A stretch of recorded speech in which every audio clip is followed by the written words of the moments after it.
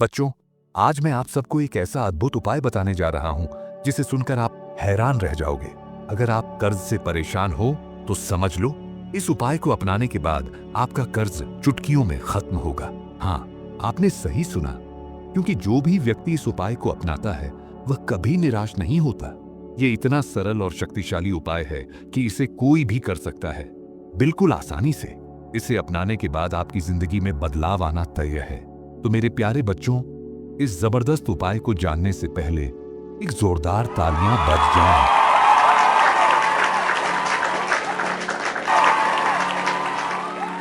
स्वागत है बच्चे लोग, आप सभी लोगों का महाशक्ति में। मेरे प्यारे बच्चों, आज हम आपको बताएंगे एक ऐसे दुर्लभ प्रयोग के बारे में जिसे अगर कोई भी अपने जीवन में करता है तो चाहे उसके जीवन में कितनी भी परेशानी क्यों ना हो, कितना भी बड़ा संकट ही क्यों ना हो, वह हर संकट से बिल्कुल बाहर निकल जाता है। यह एक ऐसा प्रयोग है जो हमने अपने ही एक साधक को बताया था, जो अपने कर्ज से बहुत ही ज्यादा परेशान था।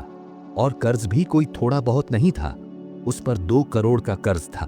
आपको बता दें कि कर्ज की जो समस्या होती है वह एक ऐसी समस्या होती है जो ना तो व्यक्ति को जीने देती है और ना ही मरने देती है। इस बात को वह अच्छी तरह से समझ सकता है जिसके ऊपर कर्ज की समस्या होती है।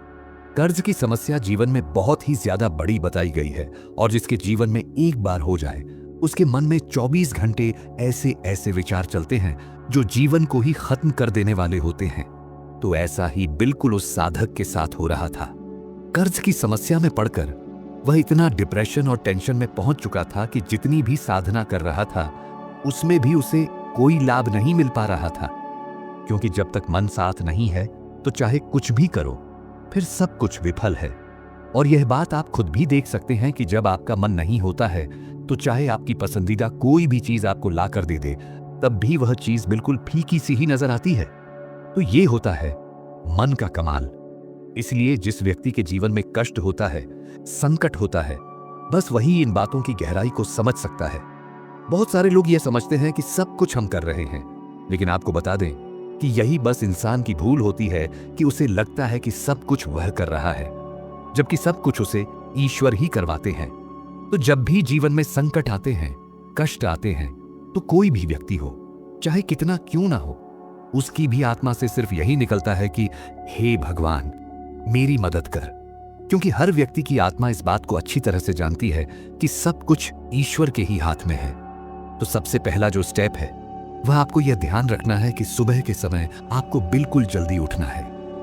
आप चाहे कुछ भी काम करते हो, लेकिन ईश्वर से कहें मुझे 3 बजे उठा देना, तो ईश्वर आपको सही समय पर 3 बजे अपने आप ही उठा देंगे। और यह आप खुद भी करके देख सकते हैं कि जो चीज आप सच्चे मन से ईश्वर को बोलेंगे, ईश्वर आपकी हर बात को इस तरह से मानते हैं जैसे आप खुद करते रह जाते हैं। तो सबसे पहले आपको सुबह 3 बजे उठकर नहा लेना है और एक एकांत कमरा अपने घर में बना लेना है। और अगर आपके घर में कहीं एकांत कमरा नहीं है तो आप जहां पर सोते हैं वहीं पर बैठकर भी इस प्रयोग को कर सकते हैं। इसमें किसी भी प्रकार के कोई ऐसे कठोर नियम नहीं है कि आपको कहीं बाहर जाना है, नदी या समुद्र के पास बैठना है। आप इसे अपने घर में ही अपनी सुविधा के अनुसार कर सकते हैं। तो आप बस नहा धोकर बैठ जाएं और एक शुद्ध देशी घी का दीपक जला लें। इस बात का ध्यान रखें कि आपके आसन का रंग लाल होना चाहिए। लाल रंग का ही सिर्फ आपको आसन लेना है और दिशा आपको पूर्व दिशा की ओर होनी चाहिए, यानी आपका मुख पूर्व दिशा की ओर होना चाहिए। नहा धोकर बैठकर आपको अगर बत्ती जला लेनी है, और अगर आप फूलों का इस्तेमाल कर सकते हैं तो फूल भी ले सकते हैं। फूलों के इस्तेमाल पर इत्र का इस्तेमाल कर सकते हैं, लेकिन इस बात का ध्यान रखें कि बिल्कुल भी जहां पर आप साधना करेंगे वहां पर दुर्गंध ना हो, सिर्फ खुशबू वाली जगह पर ही आपको यह करना है।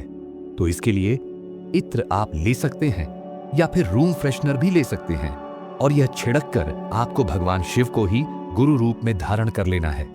अब गुरु रूप में धारण करने के लिए किसी और मंत्रों का जाप नहीं होना चाहिए। बिल्कुल नई माला ही आपको रुद्राक्ष की ले लेनी है और भगवान शिव के सामने रखते हुए आपको यह प्रार्थना करनी है कि हे भोलेनाथ, हे देवों के भी देव, हे भगवानों के भी भगवान, मैं बहुत संकट में फंस चुका हूं, मैं बहुत तंग में आ गया हूं और अंत में आपकी शरण में आया हूं। सब कुछ आप पर ही छोड़ता हूं, आपको गुरु रूप में धारण करता हूं। बस इतना बोलकर आप शुद्ध देशी घी का दीपक जला लें और उस दीपक में एक इलायची डाल दें। इसके बाद भगवान शिव से प्रार्थना करें कि हे प्रभु, हे भोलेनाथ, मेरी इस रुद्राक्ष की माला को सिद्ध कर दो और मुझे आज्ञा दो कि मैं आगे की साधना कर पाऊं। मुझे साधना में सफलता मिले, इसके लिए मुझे वरदान दो। आप ही मेरे गुरु हो, आप ही मेरे माता पिता हो। बस इतना बोलकर रुद्राक्ष की माला को सामने रखकर आप 10 मिनट के लिए मौन धारण करें और भगवान शिव का ध्यान करें। 10 मिनट के बाद आप बस उस माला से 108 बार गायत्री मंत्र का जाप करें और प्रार्थना करें कि मुझे आज्ञा प्रदान करें, जिससे मैं अपने जीवन में चल रहे कर्ज को समाप्त कर पाऊं। हे गुरु भगवान, मेरी रक्षा करो और मुझे आज्ञा प्रदान करो। बस इतना बोलकर आपको उसी रुद्राक्ष की माला से 108 बार गायत्री मंत्र का जाप करना है।